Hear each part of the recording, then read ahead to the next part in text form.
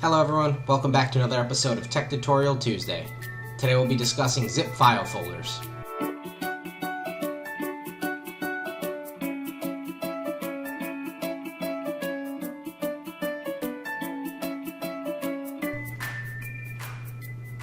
On your Windows machine, there are two different file folders that you can use.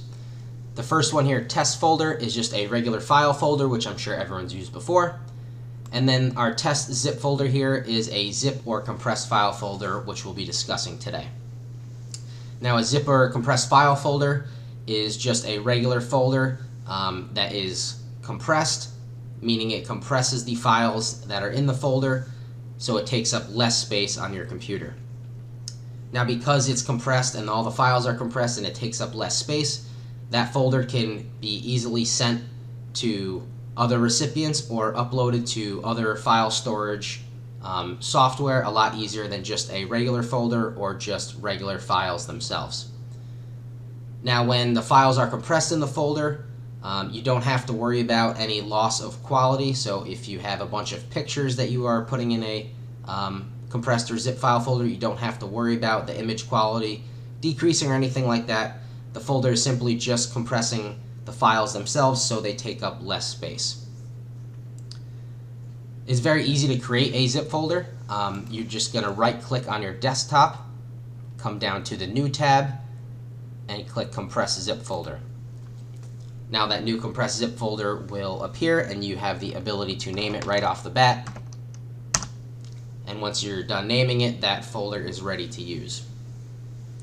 Now, like I said before, these zip file folders are very useful when sending emails, for example.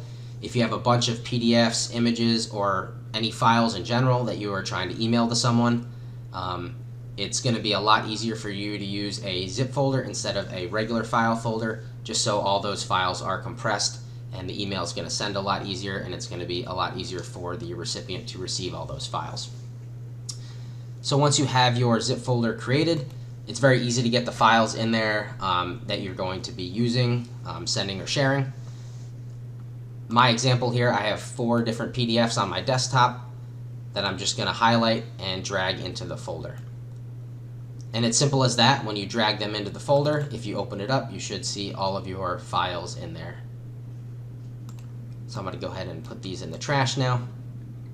And now that we have all our files in our folder here, it is ready to be sent or shared. You can open up a fresh email and drag and drop this file folder right into your email and then send it off just like that. Now, when you receive a zip file folder, it is very easy to extract the files, and you'll want to extract the files before you start using them and putting them on your desktop or another place on your computer. So to do that, we're going to highlight this folder, we're going to right click on the folder, and then we're going to go to Extract All. It's then going to ask you for a place that you want to extract your files to. So I usually extract them right to my desktop just so they're there for my viewing. So I'm going to go ahead and click Browse here, come up to my desktop icon, and then click Select Folder. And now you can see that it's going to extract to the desktop, and we can just click Extract. And now once the files are done extracting, they should appear right on your desktop. We have all 4 of those PDFs right here that we just took out of that file folder. So again, these zip file folders should be used when you are sending a lot of different files, big files, things like that.